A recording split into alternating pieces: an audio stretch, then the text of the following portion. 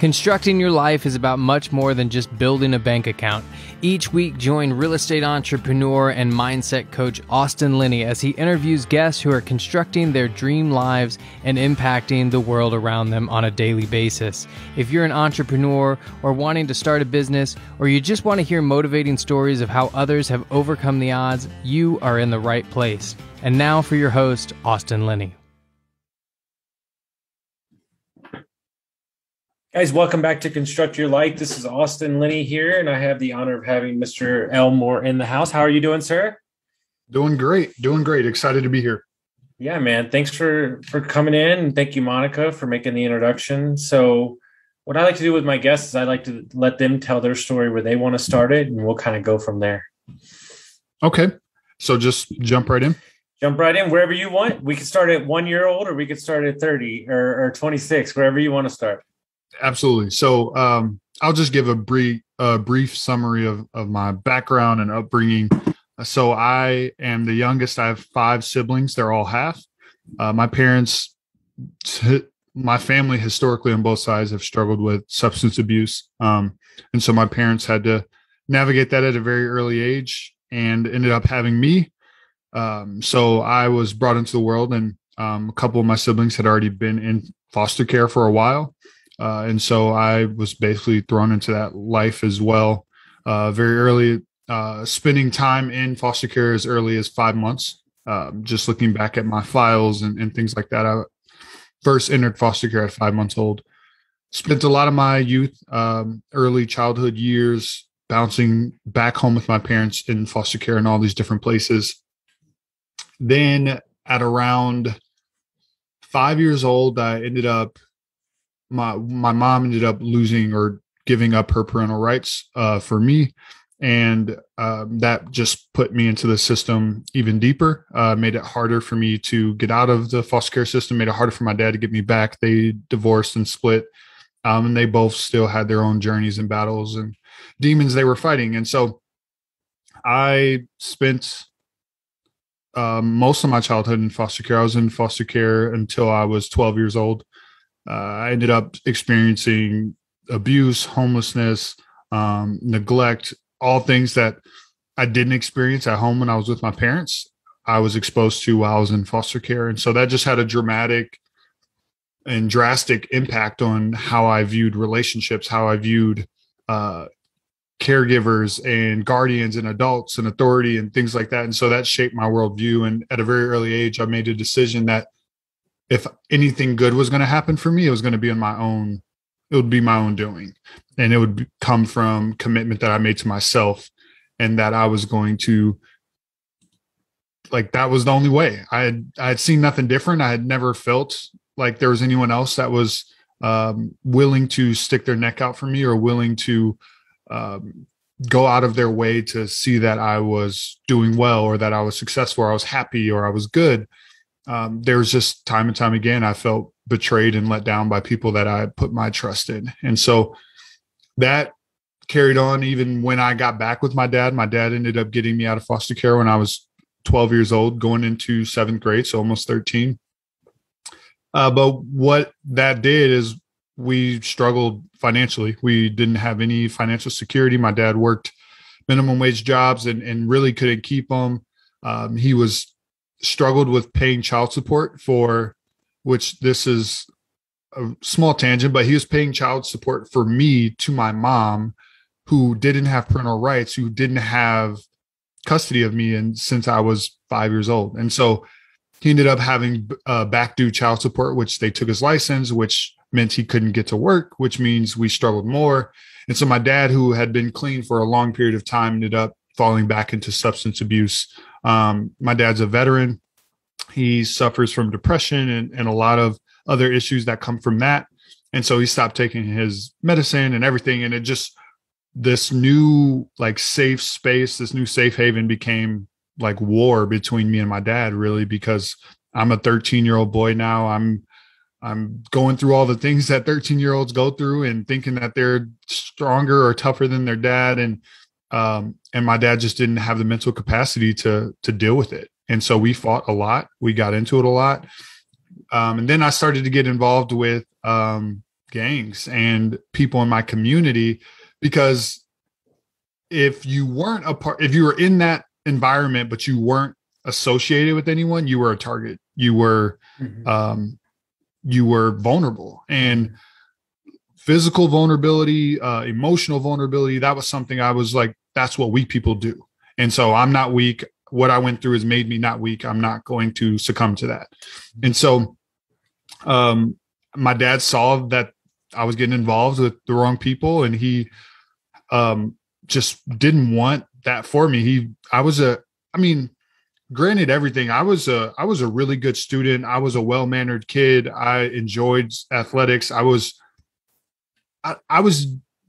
intellectually, I would say I was different. Like, even as an athlete, things that set me apart was my mindset, was my mental ability to adjust or to work through problems really quickly. And so that helped me in the classroom, that helped me in relationships, and that helped me on the competitive field. And so my dad didn't want that for me. My dad, so he's like, basically, summer going into my 8th grade year, he basically got me a bus ticket, shipped me off to, we were living in Illinois at the time, shipped me off to Wisconsin to be with my older brother, who he's 18 years older than I am, had kids of his own. And so he shipped me off there for the summer.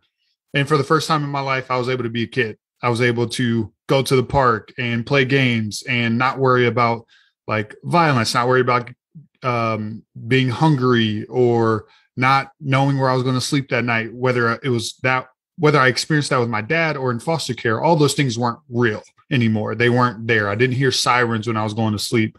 All those things weren't an experience that I had anymore. And I loved it. Like, just like literally like having candy for the first time kind of an approach. Like, absolutely couldn't get enough of it.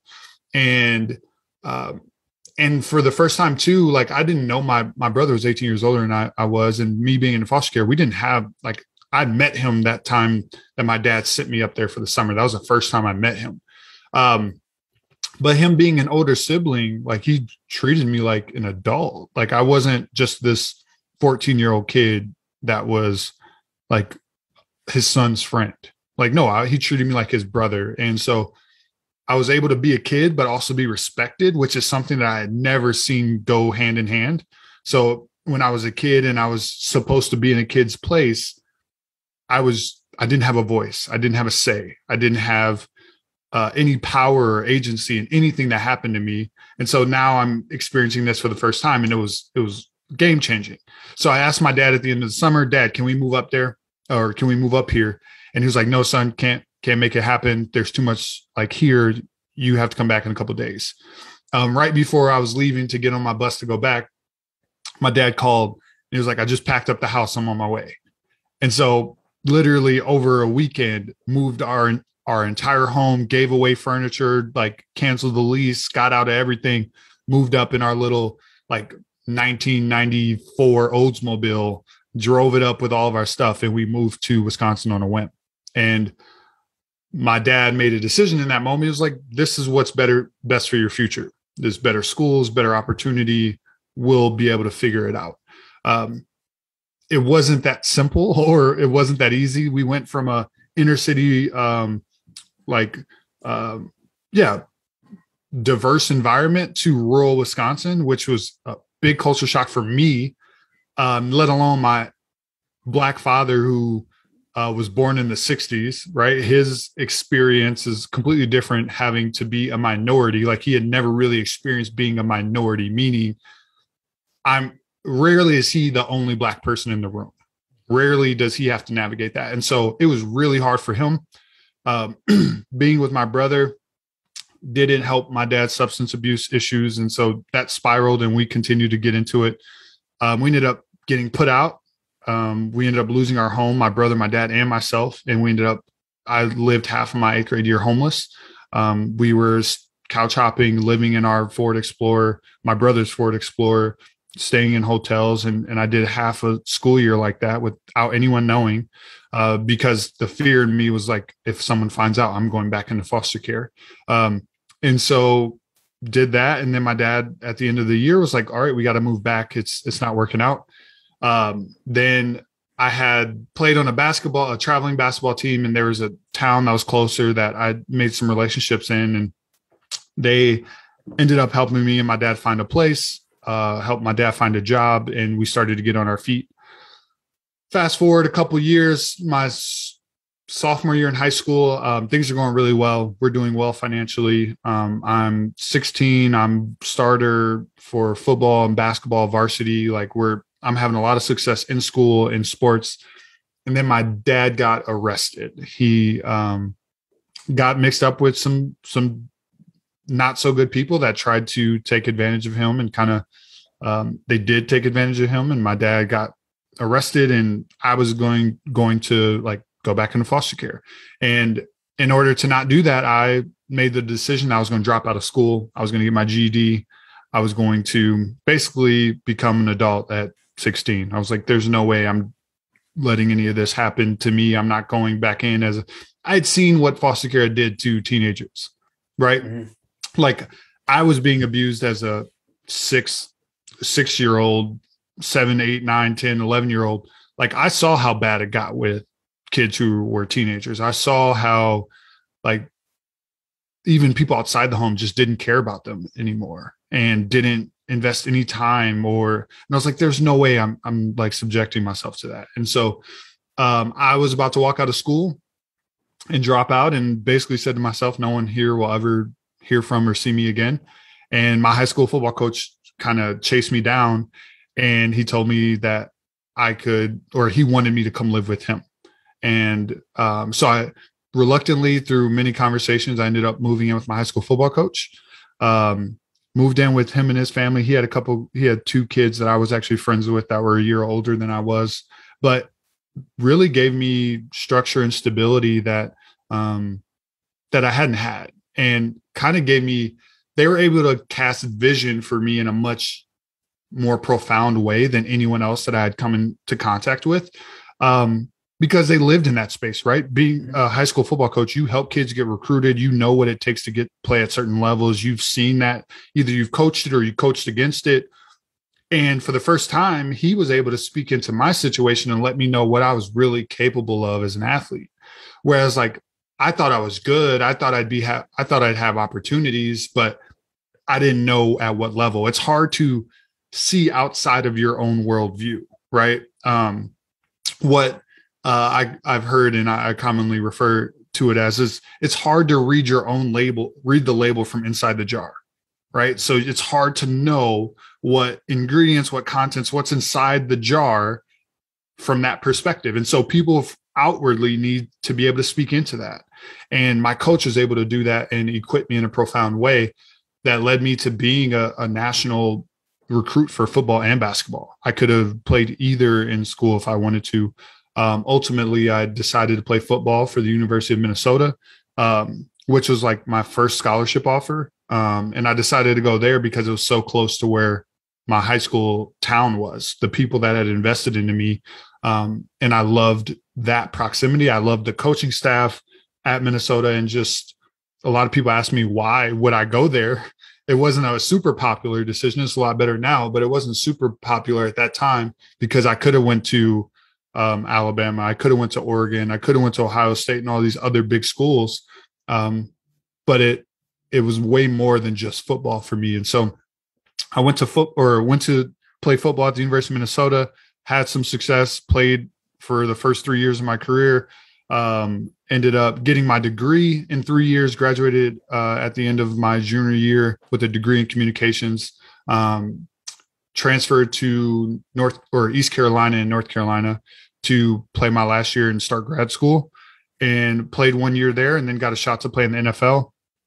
And I did, and I enjoyed it. But for so long in my life, I had built up the NFL is this thing that was going to solve all my problems and take away all my baggage, and it was going to do all these things for me. And I got there, and it was just there's money, but it's still the same game that wasn't going to save me from all my issues and troubles in the past. And so I put a lot of weight on the game of football that wasn't going to fix me. It wasn't going to heal me. It wasn't going to do any of those things. And so had a kind of, I don't know how early life crisis of like, not a midlife, not a like late life crisis, early life crisis of what do I want to do with my life and what kind of impact do I want to have if I'm gone tomorrow?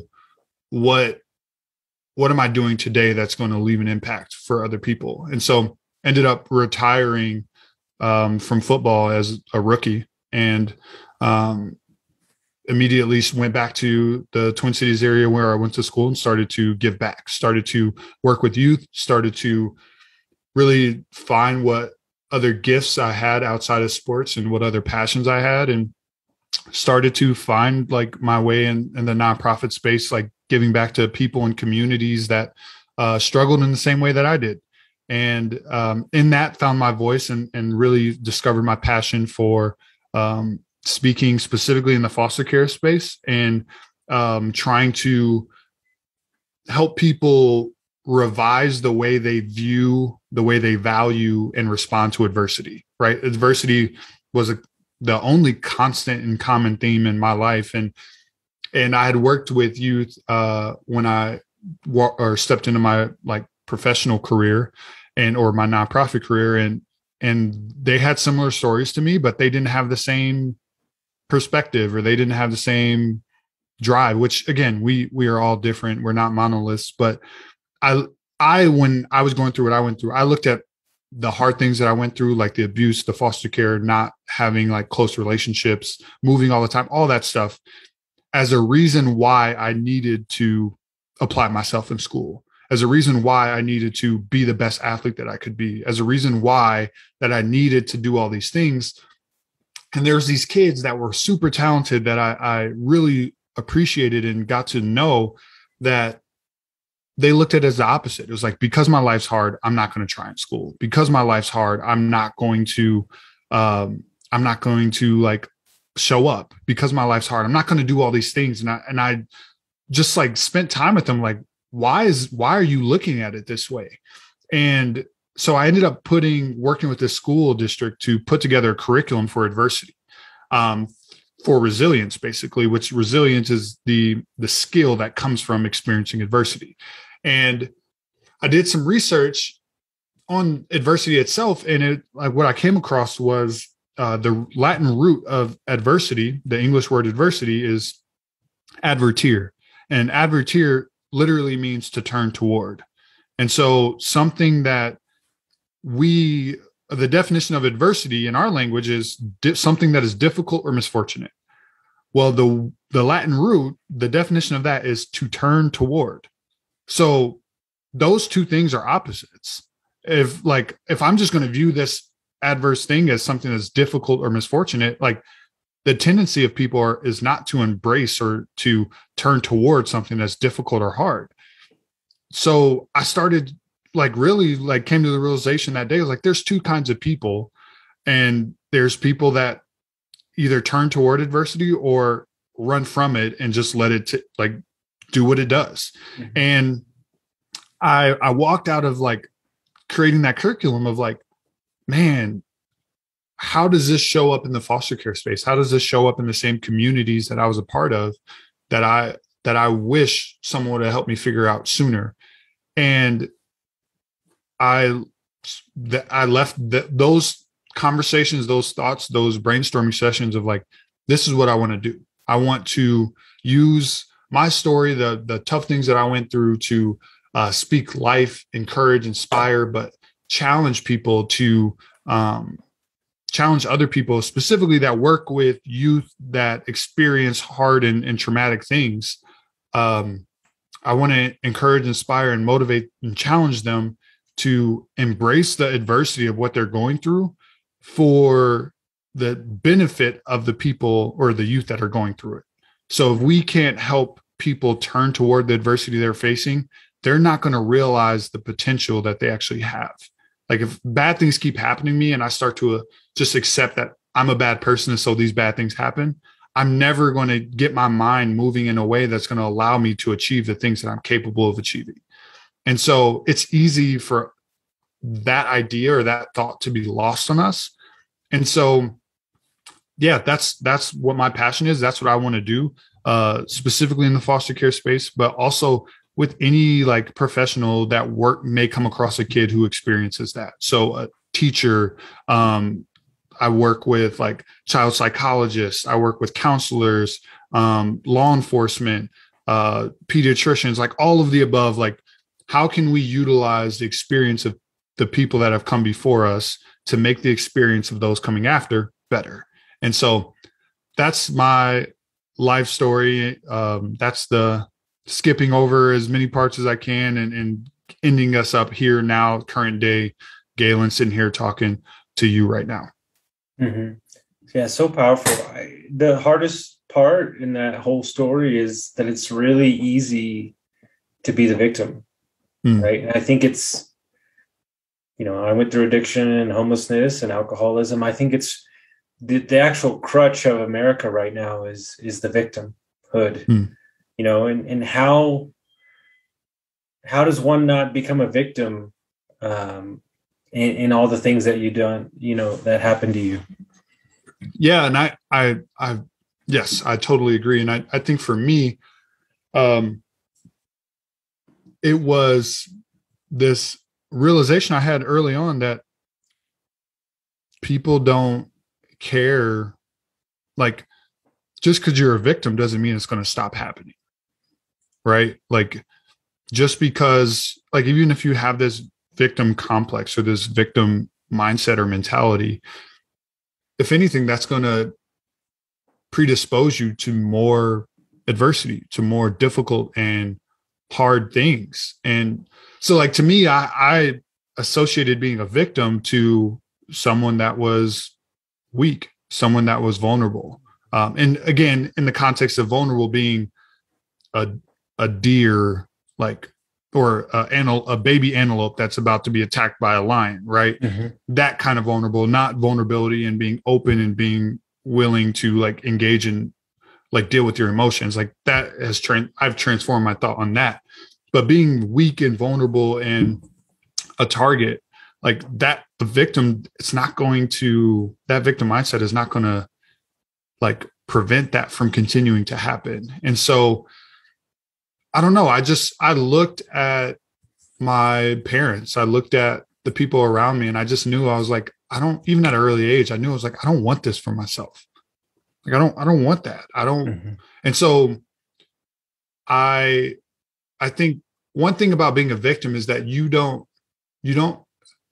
have hope, right? Like, if you're a victim, you're not thinking about the future and what could be next. And for me, that hope and future was the only thing that kept me going. It was the only thing that I had. And so even as a 6-year-old being abused by this foster parent, and everyone going to school or going to meet my social workers and everyone telling me like, oh, it's such a great home, right? Of like, oh, you just need to act nice, or you just need to be better, or all these things, right? All I could think about in those moments is like, man, I can't wait till I have my own kids. Yeah. I can't wait until I'm able to make decisions for myself. Like, and so that hope for the future, for having some sort of power, some sort of agency, is like, that's the antithesis of being a victim. You're powerless, you're hopeless. You don't have anything to look forward to. Mm-hmm. And so I think, to no fault of anyone, like their own, like no fault of their own, people who are victims have had that hope, have had that power snatched from them in some way, shape, or form. Right. And so that is exactly what I want to do. I want to like empower and equip professionals or people that get it, adults that aren't operating as victims, to give the power back to the youth that they're working with, to allow them not to become victims, because it's going to take someone from outside of the jar to let them know that, hey, you're not a victim when these things happen to you. Mm-hmm. And so that if you were to summarize what I do, is like, I'm in the business of giving people back their power. I'm in the business of giving people hope for their future. And so like, those are the things that I view being different between a victim and someone who's taking control of their future, and really what mindset set me apart and allowed me not to think about it in that way. And I will say this, the one time that I felt myself go into victim mode was when my dad got arrested when I was a sophomore. Like they told me that at school, and I walked out of the school or out of the office, and I broke down and started weeping in the middle of the hallway because I felt the weight of like, I can't do this anymore. Like I had done this for so long and things finally, and I was like, I just can't catch a break. And so I was ready to give up. And my high school football coach stepped in and allowed me to not become a victim. And so you're going to encounter really strong people, but really strong people don't make it on their own forever, right? You need somebody that's going to be able to give that power back to you, to give you that perspective that allows you to keep going forward. Well, I think what's interesting is I think a lot of people look around and they say, like, oh, somebody needs to step up, somebody needs to do this, some change that. Yeah. But like, you probably need to look in the mirror and know that you could be the change. Like if you think that it needs to be done. And so like, meaning that if you go out and you affect 10 people in your local community, they're going to affect 10 people. I call it the ripple effect of impact, and so it doesn't need to be this grandioso thing, because I had teachers in my life, I remember from kindergarten, that it's that one person that steps you up. And, one of my favorite people in the world says that when she got divorced, she didn't love herself enough to change, but she borrowed the belief that others had in her long enough till she believed it in herself. Yeah. And I think, there are people that see something greater in you. And like, if you go out and you affect one person, the problem, and I wasn't in it. But my girlfriend was. The problem with those systems is once you get in the system, it's very hard to get out of the system. And so at the end of the day, it's going to take people, really RUR is a shining example of the other side. Right. And if somebody can attach themselves to see he made it, well, then that's maybe all they need to get them through that hard time. Yeah. And that's why I focus on the people that work within the system, not just the youth that are in it. Right. Because I'm not going to be able to be known or impact every single kid in foster care. But if I'm able to like do trainings or have conversations and impact the social workers, like that's the multiplication, right? That's the ripple, is like getting to them. We know they're overworked. They could have as many as 10, 15 kids that they operate with in any given moment. And so, it's definitely like, what can you do? But also it's like, people very easily think about making an impact as something that has to be tangibly seen, right? It's making an impact is not just this thing you do, it's a way of living. And if you are living with the values and the approach that I am living to make an impact that is going to help other people, that's what you're going to do. Whether you're going to the grocery store, whether you're on your podcast, whether you're mentoring someone else, if that is how you live your life, it's going to happen. And each and every one of those moments, you're not going to see the growth of the seed that you might have planted. But that's not what we're in it for. We're in it to plant seeds or to cultivate seeds that other people have planted. Like your friend, you said about your friend, like she was able to see herself in the light that other people saw her in. So people were planting seeds, and all she was able to do was to rely on the seeds that other people were planting. And so too often people just associate like making an impact and doing these things with actions and then an immediate return on our investment. No. And it's a way of living. So in everything you do, try to make an impact. And as you do that, sometimes you're going to be blessed enough to see the return on the investment you just made. And that's going to give you enough motivation and fuel in your gas tank to keep going and do it again. But don't attach your commitment to make an impact to you seeing the return on that investment. That's not what we're trying to do. No. And 90% of the time, like a podcast that you drop, let's say a year ago, or a YouTube video, right? That person might, and that's why I tell people about books all the time, that person might listen to that podcast 6 times or 4 years from now, and absolutely, boom, and then it hits them, right? And so like the book that you read today, you're going to be a different person 6 months from now, might sound completely different, right? Absolutely. And so you just, like you said, it's perfect description. Lifestyle. It's a lifestyle of giving without expectations, impact. And so,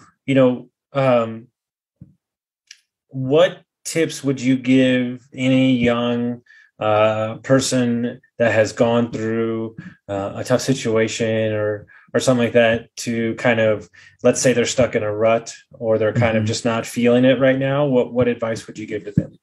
Yeah, that's a great question. Something that I talk about all the time, and I actually know to be true in my own experience and so many other experiences of people, like we all go through hard things, right? Mm-hmm. And resilience is the skill or the trait that we develop as a result of going through hard things. Resilience, I like to talk about, like, resilience is a skill that's being built or developed or cultivated, whether you know it or not. So if I continue to go through hard things and I'm still here to talk about it on the other side of those hard things, I'm developing resilience. Now, there are 2 different kinds of resilience. There's a positive resilience that is grit, that is this, I'm going to withstand hard things and become a better version of myself because of them. And then there's this negative type of resilience that no matter what, I'm going to push people away. I'm not going to let anyone in to help me. I'm not going to put my trust in other people. It's all me or nothing. And that kind of an approach that I lived by for most of my life. So what I would say for a kid or someone or a young person that's going through hard things is stop letting the hard things that you go through impact the decisions that you make. And so what I mean by that is when we're in high pressured situations, it's very unlikely that we're going to make smart and well thought out decisions. And I just know, like, there are people or things that could benefit. Let me speak in for myself. There were things that people were trying to do on my behalf or help me in certain situations that I turned them away because of my whole life. Yeah, right. Because I didn't want to let them in. And so, God, it's like something came up inside me right there. Cause I'm like, oh, absolutely. That's my whole 20s. Yeah. So like that resilience and you might be a great example of it. That resilience still on the positive end, that skill is still there. You're just able to use it in a much more effective and productive way. Whereas like on the negative side, it was allowing you to stay where you were and stay in what because the scary thing is that you actually like the toxicity because It's all you know. Absolutely. And so we can't say that better. So I would say any kid that's going through a hard thing that feels down is like, accept help. I would say just accept help. There was everything in me when like there's so many turning points in my own story, in my own like youth and background. But the most definitive and prominent one is when my coach stepped in, right? Everything in me wanted to reject every offer that he gave me. Mm-hmm. Like to a point where I tried to sneak out of school when it was over to avoid him. And I like found my way, like as soon as the bell rang, had all my stuff, dipped out, was literally about to like take off. And my coach is parked right in front of the school waiting at his car. And it was like, get in. And so like, if I wouldn't have accepted help in that moment, we would not be talking right now. Mm-hmm. I would not be the person I am right now. I would have made decisions that would have been quote unquote resilient, but would have led to negative outcomes. And so what I would say to them, to summarize it, is accept help. And that's it. No, I couldn't agree more. It's one of those things where it's the actual problem is pushing your ego aside and asking for help. And then through that, you'll realize that you'll turn around and help other people, and so on and so on. So exactly. Such a powerful story. I love it so much. If people want to find out about your speaking, your journey, how would they do that? Yeah. So I have a website. It's GaelinSpeaks.com. So GAELIN, speak as in the verb, speaks.com. And then I'm on all social media platforms. I love to engage and connect with people there. You can Instagram, look me up. If you just search my name, it'll pop up. And then Facebook, Twitter is a little bit less professional than the other ones. That's my vice social media platform. So it's mostly sports and hot takes over there. So if that's up your alley, then find me on there too. I love it, man. Such a powerful story. I really appreciate you sharing. I know people are going to get a ton of inspiration, and kind of anybody that's going through it. I think the theme for this is just accept help, ask for help. My favorite quote, Jim Rohn, you know what the top 1% does that other people don't? They ask. So just ask the universe what you want, and share this with somebody that we think could get some value from this. And we'll see you next time. Awesome. Thanks, Austin. Thank you.